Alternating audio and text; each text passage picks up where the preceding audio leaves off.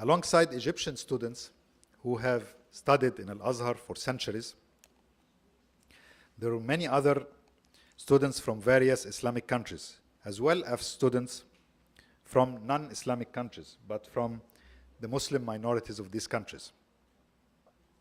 For example, here in Japan, Al-Azhar provides 20 scholarships per year to Japanese students.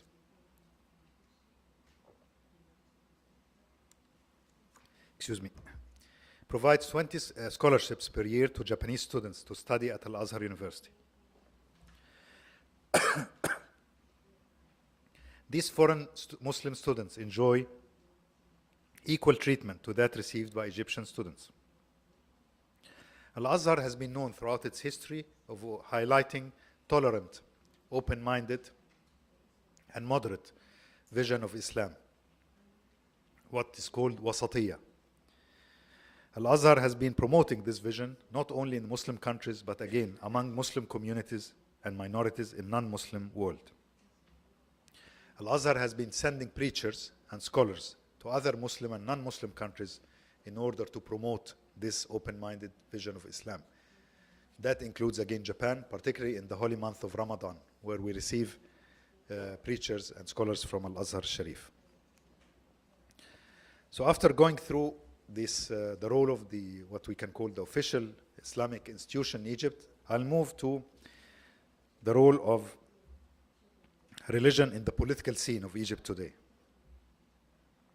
As of today, and after the 25th of January revolution in Egypt, in light of the freedom of expression and interaction available, including that of the press and the media, one could easily trace so diverse and occasionally contradictory views in the Egyptian society among different intellectual, ideological, and socio-political forces on the role of religion in the society at large and in the political scene in particular.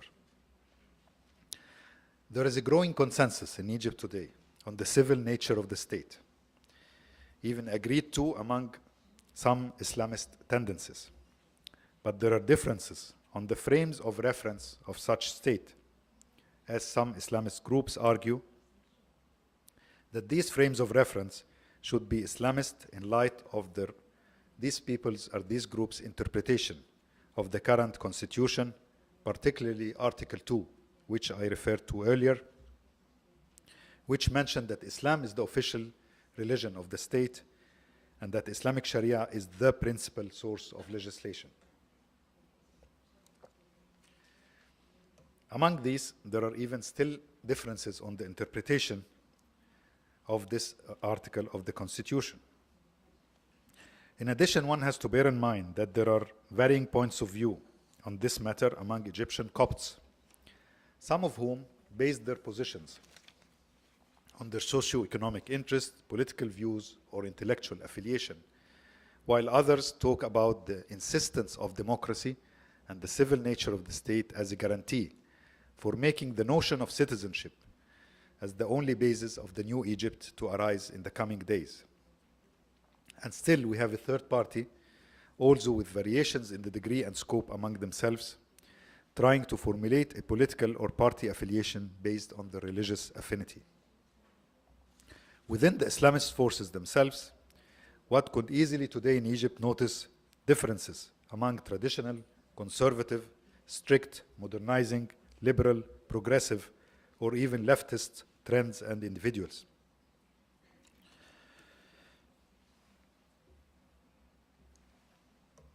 Excuse me. This varies according to the popular base and the organizational cohesiveness of each group, as well as the different image of the utopia they would like to see in reality in Egypt. This was about the political scene. I'll move now to the social scene. I claim that there is virtually a consensus in Egypt today among different groups and organizations that have been active during and after the January 25th revolution. This consensus is about the fact that during the revolution, the true spirit of Egyptian people was revealed, irrespective of religious affiliation.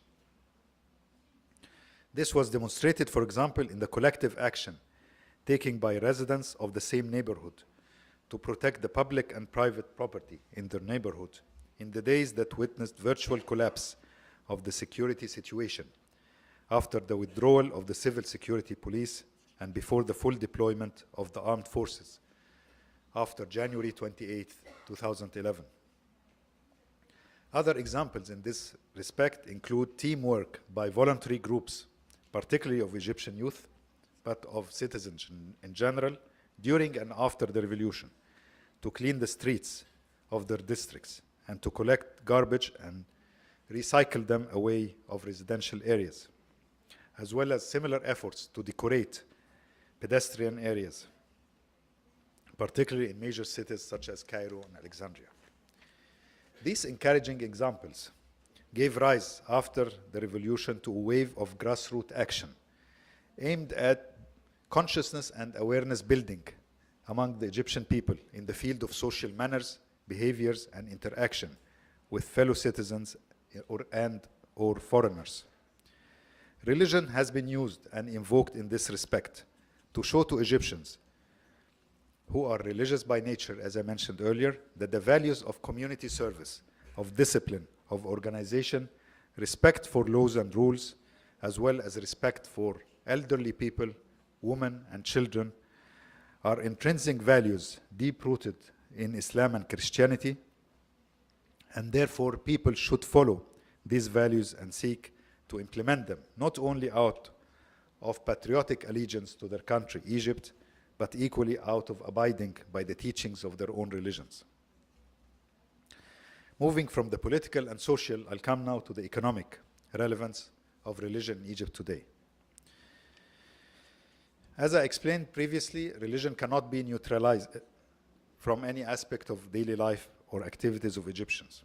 And hence, during the current economic difficulties faced by Egypt, calls for increasing production and productivity, return to work, and more dedication in that work, rejecting and combating corruption in all its manifestations, as well as participating in voluntary activities to support the economy, whose economic activities were adversely affected by some secondary developments arising after the revolution, were all backed and strengthened by religious teachings and reasons that Islam and Christianity alike indicated and pushed in this direction, knowing that referring these acts to religion will drive Egyptians to engage more in them. Therefore, people were asked to abandon strikes, sit-ins, or protests that could potentially negatively affect the recovery of the economy, whether the production process or different services associated to it, and were asked to resort to other means to echo their legitimate demands for better pay and other services or benefits. If you allow me, before I conclude, I want to give an overview of the situation, or rather the evolution of the situation in Egypt after 25th of January revolution. The revolution took the form of a popular uprising that was characterized by being highly civilized and peaceful, whether inside Egypt or even by international leaders and media, including in Japan. Millions of protesters from different socio-economic, educational, geographic, and religious backgrounds reflected their different demands for political and social reform in one demand that focused on bringing an end to the rule of the former president.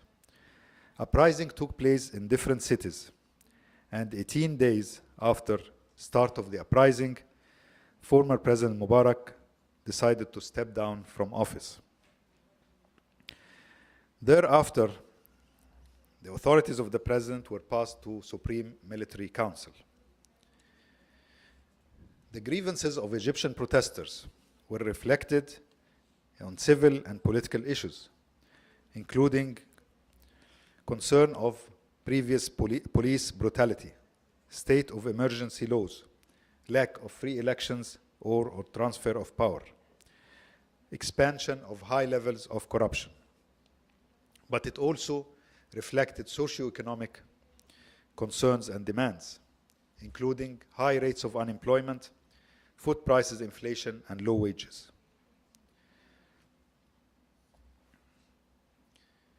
What was special about the Egyptian revolution that it started through the efforts of the Egyptian youth, who used many means of social media to gather an increasing number of protesters in order to express the opinions of hundreds of thousands of Egyptians calling for change.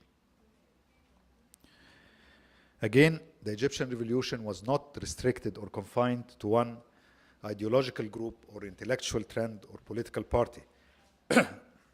All trends eventually contributed and participated, whether under the banner of nationalist group, Islamist groups, liberal groups, leftist group, or Nasserite groups.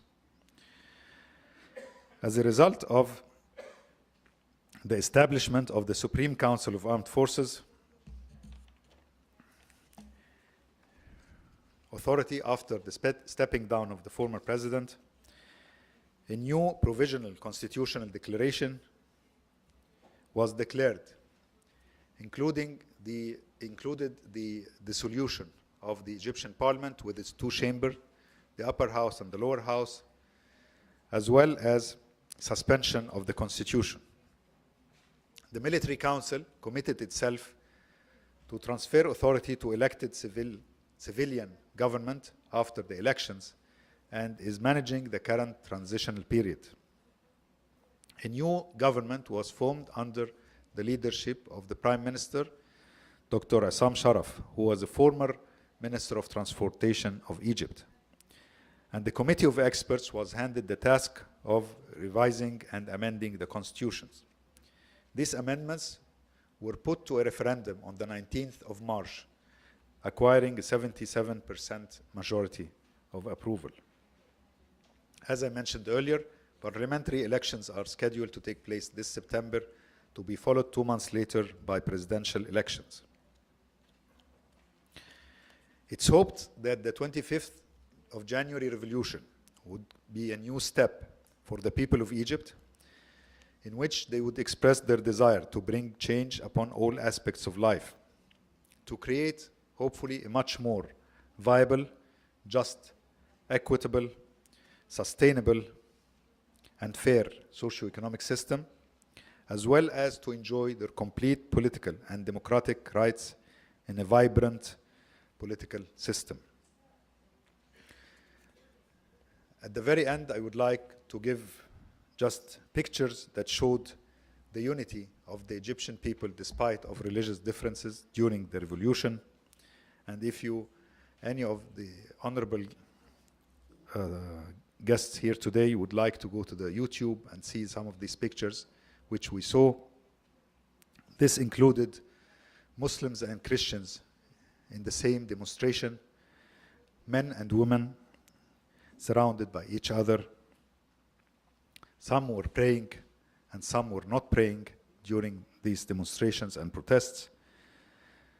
Also, it included very indicative pictures of a young man with a short jilbab, connotating his strict adherence to one traditional interpretation of Islam, sharing a bottle of water with an unveiled young woman. It also indicated the absence of any case of sexual harassment during the 18 days of this revolution, despite the crowded mixtures of men and women together. This spirit, as I said, is hoped to continue in the coming period, in the process of building new Egypt. Thank you very much for your attention. Domo arigato gozaimashita.